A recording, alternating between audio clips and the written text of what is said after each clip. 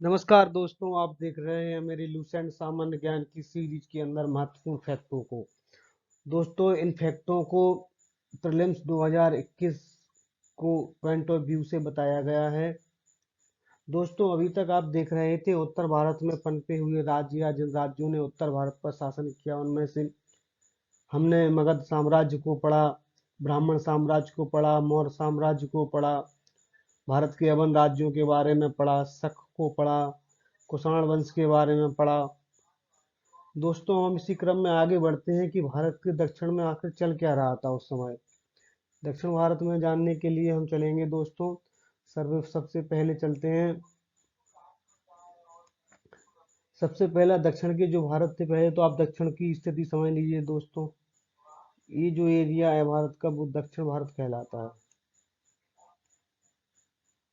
दोस्तों, ये मैप आप देख रहे हैं सभी। उसके बाद थोड़ा और दोस्तों इसको इधर बढ़ा देते हैं। दोस्तों, इस प्रकार से हमारा मैप कंप्लीट हो जाता है, आप देख रहे हैं। तो इधर का जो एरिया है दोस्तों, इसे दक्षिण भारत माना जाता है। तो दक्षिण भारत का पहला जो वंश हम पढ़ेंगे वो था पल्लव वंश। पल्लव वंश का संस्थापक सिंह विष्णु था। 575 से 600 ईस्वी था। इसकी राजधानी कांची तमिलनाडु में थी। आप दोस्तों पल्लव वंश का वो देख सकते हैं प्रभाव क्षेत्र कहाँ पर था। ये है पल्लव वंश। वह वैष्णव धर्म का अनुयायी था। महत्वपूर्ण क्वेश्चन है, पहला तो क्वेश्चन महत्वपूर्ण यही बनता, पल्लव धर्म का संस्थापक कौन था। पल्लव धर्म का संस्थापक दोस्तों सिंह विष्णु है। दूसरा महत्वपूर्ण आगे आता है, बताता हूँ। पल्लव वंश के प्रमुख शासक कौन हुए। महेंद्र वर्मन प्रथम, नरसिंह वर्मन, महेंद्र वर्मन द्वितीय आदि। पल्लव वंश का अंतिम शासक अपराजित हुआ। मत विलास प्रहसन की रचना महेंद्र वर्मन ने की थी। मत विलास है दोस्तों, ये मत विलास, मत विलास, मत विलास। महाबलीपुरम के एकाश मंदिर जिन्हें रथ कहा गया है का निर्माण पल्लव राजा नरसिंह वर्मन प्रथम के द्वारा कराया गया था। रथ मंदिरों में सबसे छोटा द्रौपदी रथ है जिसमें किसी प्रकार का कोई अलंकरण नहीं मिलता।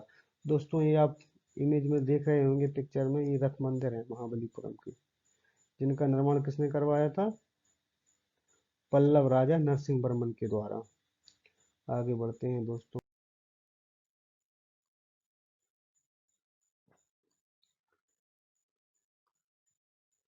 दोस्तों, बाताबी कोंड की उपाधि नरसिंह वर्मन प्रथम ने धारण की थी।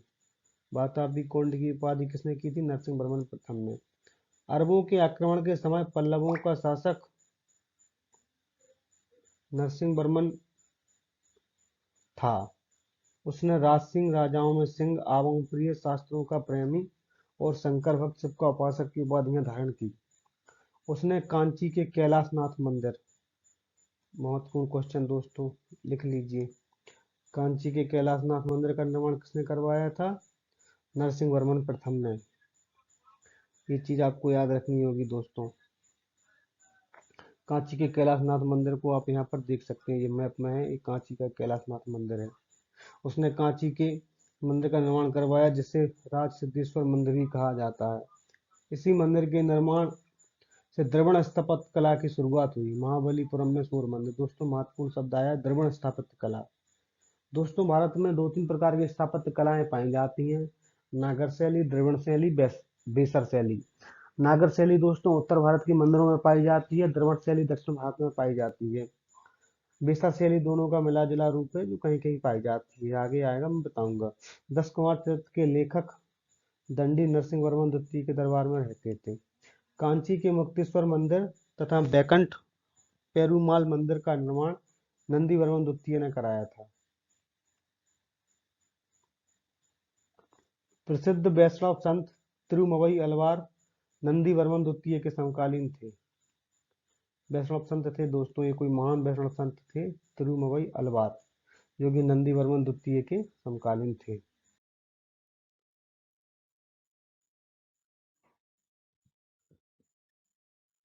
दोस्तों अगला जो हमारा वंश शुरू होता है दूसरा दक्षिण भारत का या दक्षिण भारत का राज्य, वो था राष्ट्रकूटों का राज्य। राष्ट्रकूटों के राज्य को दोस्तों आप देख सकते हैं मैप में, इनकी सीमाओं को, ये राष्ट्रकूटों का राज्य था। एक बहुत बड़ा साम्राज्य था राष्ट्रकूटों का। वर्तमान के देखा जाए तो 2-3 राज्य मिला के बना होगा उस टाइम पे। आगे बढ़ते हैं दोस्तों। राष्ट्रकूट वंश का संस्थापक दंतिदुर्ग था। दोस्तों ये संस्थापक तो आप कंठस्थी कर लीजिए, ये तो बहुत महत्वपूर्ण है। रेलवे एसएससी कभी ना कभी ये मिल ही जाएंगे आपको प्रश्न। आगे बढ़ते हैं। अगला जो क्वेश्चन दोस्तों महत्वपूर्ण है वो है इनकी राजधानी। राष्ट्रकूटों की राजधानी कहाँ थी? राष्ट्रकूट शासकों की राजधानी थी मणिकर या मान्यखेत। वर्तमान में मालखेड़ सोलाजपुर के निकट है। दोस्तों इनके राष्ट्रकूट वंश के प्रमुख शासक कृष्ण प्रथम, ध्रुव, गोविंद तृतीय, अमोघवर्ष आदि थे। दोस्तों ये महत्वपूर्ण क्वेश्चन आने वाला है। एलोरा के प्रसिद्ध कैलाश मंदिर का निर्माण कृष्ण प्रथम ने करवाया था। कभी भी पूछ लेगा आपसे एलोरा के प्रसिद्ध कैलाश मंदिरों का निर्माण किसने करवाया था, तो एलोरा के प्रसिद्ध कैलाश मंदिरों का निर्माण करवाया था कृष्ण प्रथम ने करवाया था। ध्रुव राष्ट्रकूट वंश का पहला शासक था जिसने कन्नौज पर अधिकार करने हेतु त्रिपक्षीय संघर्ष में भाग लिया और प्रतिहार नरेश वत्सराज एवं पाल नरेश धर्मपाल को पराजित किए। कौन था ये एकमात्र शासक? ध्रुव धर्मपाल को पराजित किया, त्रिपक्षीय संघर्ष में भाग लिया राष्ट्रकूट राजा ध्रुव ने। ध्रुव को धारावर्ष भी कहा जाता है। गोविंद तृतीय ने त्रिपक्षीय संघर्ष में भाग लेकर चक्रायुध एवं उसके संरक्षक धर्मपाल तथा प्रतिहार वंश के शासक नागभट्ट को पराजित किया।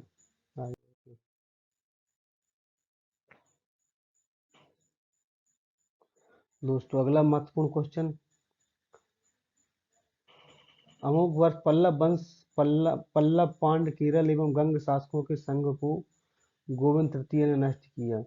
दोस्तों उस टाइम पे भी क्या है कि मित्र राष्ट्र हो गए होंगे या मित्र राज्य हो गए होंगे जिन्होंने एक संघ बना लिया होगा। उस संघ में पल्लव भी थे, पांड भी थे, केरल एवं गंग शासक थे। इन सभी के संघ को गोविंद तृतीय ने नष्ट किया। अमोघवर्ष जैन धर्म का अनुयायी था। अमोघवर्ष शासक था राष्ट्रकूट वंश का। राष्ट्रकूट इसने कन्नड़ में कविराज मार्ग की रचना की। आदि पुराण की रचनाकार जिनसेन, गणितसार संग्रह के लेखक महावीराचार्य एवं अमोघ वृत्त के लेखक सक्तायना अमोघवर्ष के दरबार में रहते थे। अमोघवर्ष ने तुंगभद्रा नदी में जल समाधि लेकर अपने जीवन का अंत किया। जल समाधि लेकर अपने जीवन का अंत किसने किया था? अमोघवर्ष ने। इंद्र तृतीय के शासनकाल में अरब निवासी अल मसूदी भारत आया। इसने तत्कालीन राष्ट्रकूट शासकों को भारत का सर्वश्रेष्ठ शासक कहा।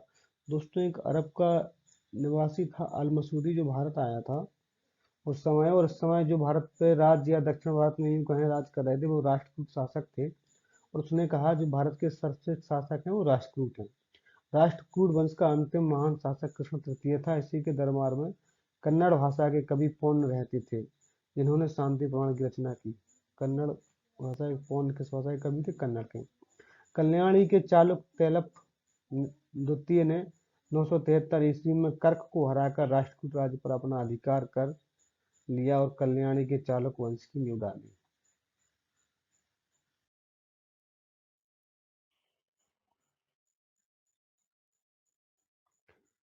एलोरा एवं एलिफेंटा महाराष्ट्र गुहा मंदिरों का निर्माण राष्ट्रकूटों के समय ही हुआ। दोस्तों आप ये देख सकते हैं मैप में एलिफेंटा और एलोरा की गुफाएं,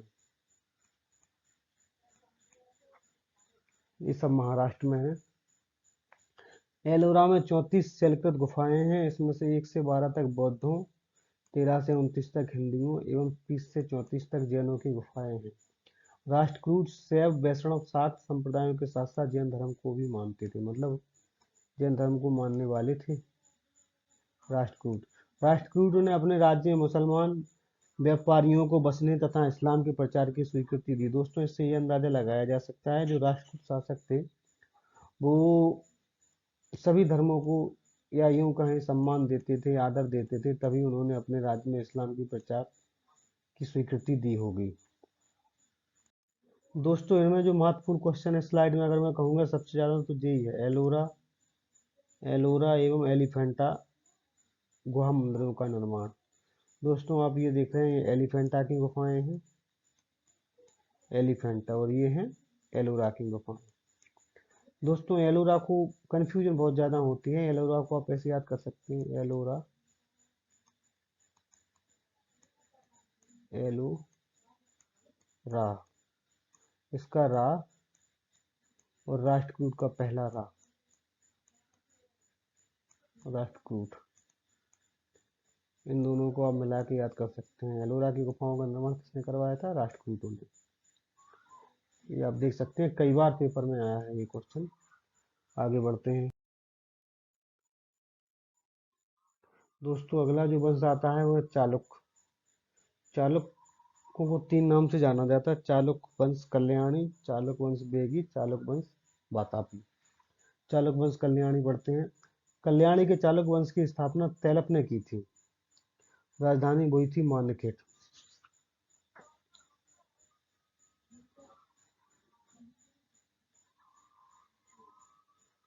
आगे बढ़ते हैं दोस्तों, चालुक्य वंश कल्याणी के प्रमुख शासक हुए तैलप द्वितीय, विक्रमादित्य, जयसिंह, सोमेश्वर, विक्रमादित्य, सोमेश्वर, तैलप।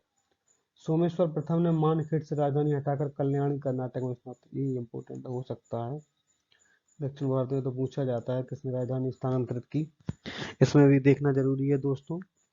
तो राजधानी जो मानखेड़ थी वहां से हटाकर कर्नाटक को किसने बनाया था? सोमेश्वर प्रथम ने। इस वंश का सबसे प्रतापी शासक विक्रमादित्य सिक्स था, विक्रमादित्य षष्ठम था। बिल्हड़ एवं विज्ञानेश्वर विक्रमादित्य के सिक्स के दरबार में ही रहते थे। मिताक्षरा हिंदू विधि ग्रंथ याज्ञवल्क्य स्मृति पर व्याख्या नामक ग्रंथ की रचना महान विधिवेत्ता विज्ञानेश्वर ने की थी। विक्रमांक देव चरित्र की रचना बिल्हड़ ने की थी। इसमें विक्रमादित्य 6 के जीवन पर प्रकाश डाला गया है। अगला आता है दोस्तों चालुक्य वंश वातापी। सबसे पहले तो यही याद रखिए, चालुक्य वंश वातापी का संस्थापक कौन था? जयसिंह ने। ठीक है, इस वंश के प्रमुख शासक देख लीजिए, पुलकेशन प्रथम, कीर्तिवर्मन, पुलकेशन द्वितीय, विक्रमादित्य, विनयादित्य आदि। महा महाकूट स्तंभ लेख से प्रमाणित होता है कि पुलकेशन द्वितीय बहु सुवर्ण एवं अग्निष्टोम बड़ा यज्ञ संपन्न करवाया था। जितेंद्र का मेघुती मंदिर पुलकेशन द्वितीय ने बनवाया था। दोस्तों महत्वपूर्ण है, इसको आप देख लीजिए।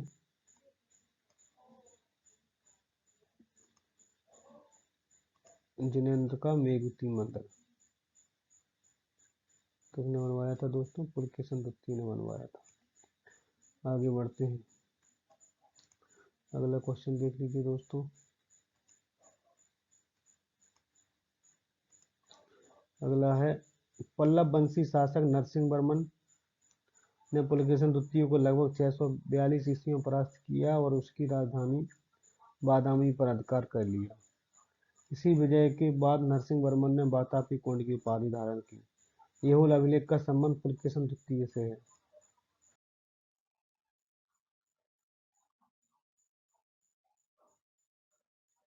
अजंता की एक गुहा चित्र में फारसी दूत मंडल को स्वागत करते हुए पुलकेशन द्वितीय को दिखाया गया है। ये महत्वपूर्ण क्वेश्चन है दोस्तों।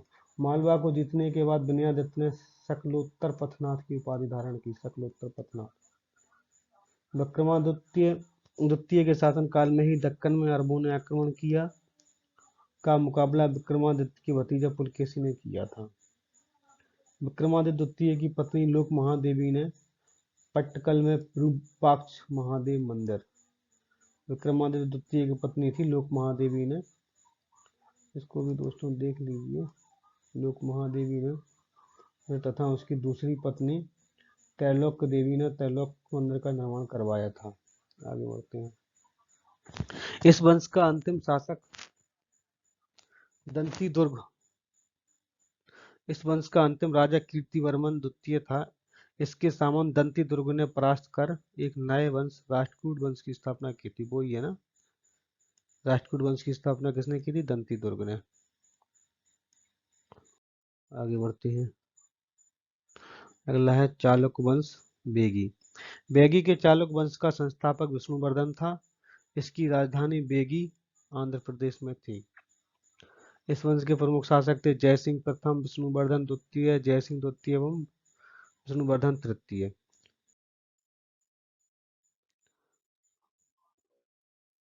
आगे बढ़ते हैं दोस्तों। अगला जो साम्राज्य आता है चोल साम्राज्य। चोल साम्राज्य बहुत महत्वपूर्ण है और अपने आप में विस्तार लिए हुए है दक्षिण भारत का। 9वीं शताब्दी में चोल वंश पल्लवों के ध्वंसावशेषों पर स्थापित हुआ। पल्लवों के साम्राज्य समाप्त होता जा रहा था, या यूं कहें समाप्ति की ओर था, उन्हीं पर स्थापित हुआ चोल वंश। इस वंश के संस्थापक विजयालय थे। ये 850 से 87 थे। इसकी राजधानी तंजौर या तंजावुर थी। तंजावुर थी। विजयालय ने नरकेसरी की उपाधि धारण की और निशुंभ सूदनी देवी का मंदिर बनवाया। निशुंभ सूदनी आ जाता है गहराई से, कभी देख लेना। चोलों का स्वतंत्र राज्य आदित्य प्रथम ने स्थापित किया। पल्लवों पर विजय के उपरांत आदित्य प्रथम ने कोदंड नाम की उपाधि धारण की। चोल वंश के प्रमुख शासक देख लीजिए।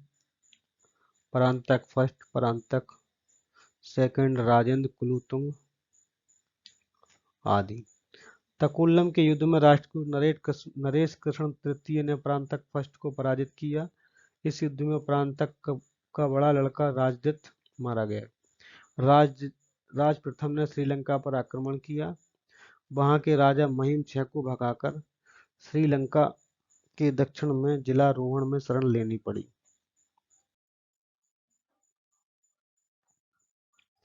राजराज श्रीलंका में विजित प्रदेशों को चोल साम्राज्य का एक नया प्रांत मुम्मादी चोल मंडलम बनाया और पोलन रुआ को इसकी राजधानी बनाया। राजराज शैव धर्म का अनुयायी था। इसने तंजौर में राजराजेश्वर शिव मंदिर बनवाया। राजराजेश्वर शिव मंदिर किसने बनवाया था? राजराज ने। चोल साम्राज्य का सर्वाधिक विस्तार राजेंद्र प्रथम के शासनकाल में हुआ है। बंगाल के पाल शासक महिपाल को पराजित करने के बाद राजेंद्र प्रथम ने गंगेकोट चोल की उपाधि धारण की और नवीन राजधानी गंगेकोट चोलपुरम के निकट चोल गंगम नामक विशाल तालाब का निर्माण करवाया। गजनी का सुल्तान महमूद राजेंद्र प्रथम के समकालीन था। राजेंद्र द्वितीय ने प्रकेसरी एवं वीर राजेंद्र ने नरकराज केसरी की उपाधि धारण की। चोल वंश का अंतिम राजा राजेंद्र तृतीय था। चोलों एवं पश्चिमी चालुक्य के बीच शांति स्थापित करने में गोवा के कदम शासक चेकिस प्रथम ने मध्यस्थ की भूमिका निभाई थी। विक्रम चोल अभाव एवं अकाल से ग्रस्त गरीब जनता से राजस्व कर चिदम्बरम मंदिर का विस्तार करवा रहा था। एक चोल शासक ऐसा भी हुआ था जो एक तरफ तो जनता अकाल एवं अभाव से गरीबी से ग्रसित हो रही थी, उसी टाइम वो जनता से राजस्व या टैक्स वसूल करके एक मंदिर बना रहा था।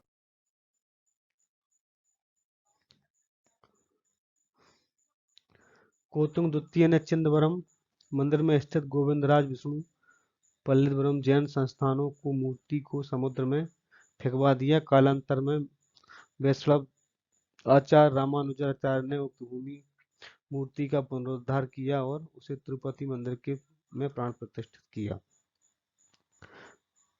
चोल प्रशासन में भाग लेने वाले उच्च पदाधिकारियों को पेरुंदरम एवं निम्न श्रेणी के पदाधिकारियों को सैरुचरण कहा जाता है।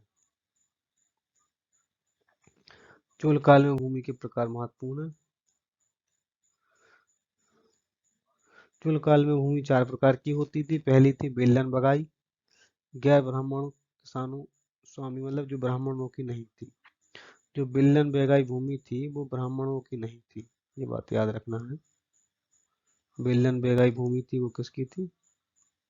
ब्राह्मणों की नहीं थी। जो ब्रह्मदेव ब्राह्मणों को उपहार में दी गई भूमि थी। शाला वो किसी विद्यालय के रखरखाव में भूमि थी। उस टाइम शाला का विकास था, शिक्षा का विकास हुआ, तभी शिक्षकों को भूमि दान में दी जाती थी। देवदान या तृणमट्टई मंदिर को उपहार में दी गई भूमि। अगली थी पलिनबंदम, जैन संस्थानों को दान में दी गई भूमि। संपूर्ण चोल साम्राज्य 6 प्रांतों में विभक्त था। प्रांत को मंडलम कहा जाता था। मंडलम को कोट्टम, कोट्टम को नाडु में एवं नाडु कई कुर्रमों में विभक्त था। नाडु की स्थानीय सभा को नादुर एवं नगर की स्थानीय सभा को नगरतार कहा जाता था। सबसे महत्वपूर्ण प्रश्न जो पीएससी में मुझे 3 बार मिल चुका है, रेलवे एसएससी में भी मिल चुका है। क्वेश्चन है, स्थानीय स्वशासन या स्थानीय प्रशासन किस साम्राज्य में था? चोल साम्राज्य में। महत्वपूर्ण विशेषता थी स्थानीय स्वशासन, चोल साम्राज्य की महत्वपूर्ण विशेषता थी, बहुत महत्वपूर्ण।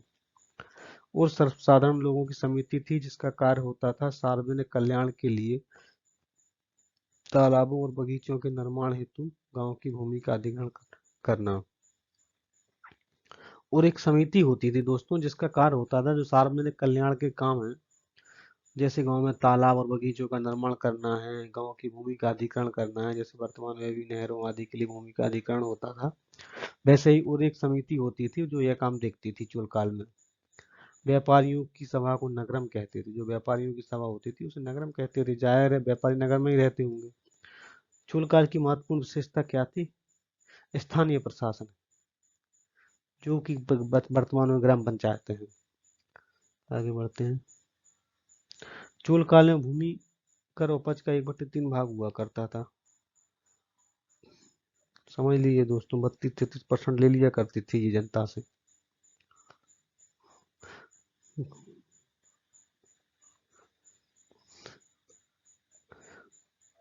चोल सेना का सबसे संगठित अंग था पदाती सेना। चोल काल में कांस्य सोने के, बताओ, चोल भी सोने के सिक्के चलाते थे। चोल काल में कांस्य सोने के सिक्के चलते थे। तमिल कवियों में जैन गोदर प्रसिद्ध कवि था जो कुलोत्तुंग प्रथम का राजकवि था। उसकी रचना कलिंग तुर्पणी है। दोस्तों महत्वपूर्ण क्वेश्चन, कम्बन, ओकोट्टन और पुंगलेंदी को तमिल साहित्य का त्रिरत्न कहा जाता है। कम्बन, ओकोट्टन और पुंगलेंदी तमिल साहित्य के त्रिरत्न है। पंपफोन एवं रन्न कन्नड़ साहित्य के त्रिरत्न माने जाते हैं। पहला पंप, दूसरा पौन और तीसरा रन कन्नड़ साहित्य के त्रिरत्न माने जाते हैं।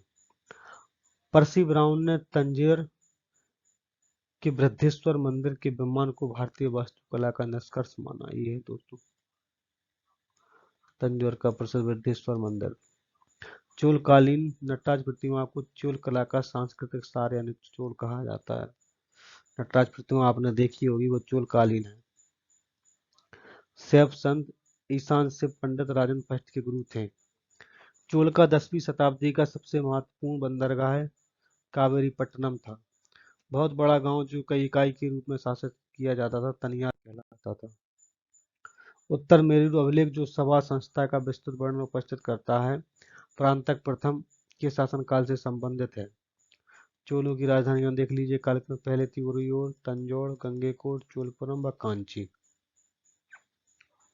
चोल काल में सड़कों की देखभाल बागान समिति करती थी।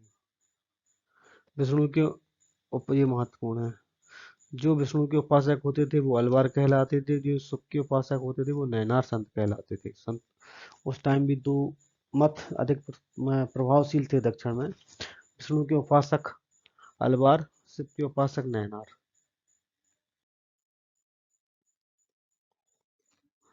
दोस्तों इसके बाद जो छोटे छोटे कुछ वंश आते हैं इनमें यादव वंश था। देवगिरी के यादव वंश की स्थापना भिल्लभ पंचम ने की थी, याद रखना भिल्लभ पंचम। इसकी राजधानी देवगिरी थी। इस वंश का सबसे प्रतापी राजा सिंहण था। इस वंश का अंतिम स्वतंत्र शासक रामचंद्र था। ये छोटे छोटे राज्य थे। इन्हें अलाउद्दीन खिलजी का जो सेनापति हुआ था मलिक काफूर के सामने आत्मसमर्पण किया था। अगला आता है होयसल वंश। द्वार समुद्र वंश की स्थापना सिंह विष्णुवर्धन ने की थी। होयसल वंश यादव वंश की एक शाखा थी। बेलूर में चेन्नई केशव मंदिर का निर्माण विष्णुवर्धन ने 1117 ईस्वी में किया था। होयसल वंश का अंतिम शासक वीर बल्लाल तृतीय था जिसे मलिक काफूर ने हराया था। दक्षिण विजय के लिए गया था ना अलाउद्दीन। होयसल वंश की राजधानी द्वार समुद्र थी। अगला है दोस्तों कदम वंश। कदम वंश की स्थापना मयूर शर्मा ने की थी। कदम वंश की राजधानी धनवासी था। इसके बाद आता है दोस्तों गंग वंश। गंग वंश का संस्थापक वज्रहस्त पंचम था। अभिलेखों के अनुसार गंग वंश के प्रथम शासक कोंकणी वर्मा था। गंगों की प्रारंभिक राजधानी कुबलाल कोलर थी, जो बाद में तलका हो गई। दत्तक सूत्र पर टीका लिखने वाला गंग शासक माधव प्रथम था। अगला आता है दोस्तों काकतीय वंश। काकतीय वंश का संस्थापक बीटा प्रथम था, जिसने नलगोंडा हैदराबाद में एक छोटे से राज्य का गठन किया, जिसकी राजधानी अम्मकोंड थी। इस वंश का सबसे शक्तिशाली शासक गणपति था। रुद्रमा देवी गणपति की बेटी थी। काकतीय वंश की थी रुद्रमा देवी, जिसने रुद्रदेव महाराज का नाम ग्रहण किया, जिसने 35 वर्ष तक शासन किया। रुद्रमा देवी। गणपति ने अपनी राजधानी वारंगल में स्थानांतरित की थी। वारंगल। इस वंश का अंतिम शासक प्रतापरुद्र था। अगला टॉपिक पढ़ेंगे अगले डिस्कशन में, सीमावर्ती राज्यों वंशों का अभ्युदय।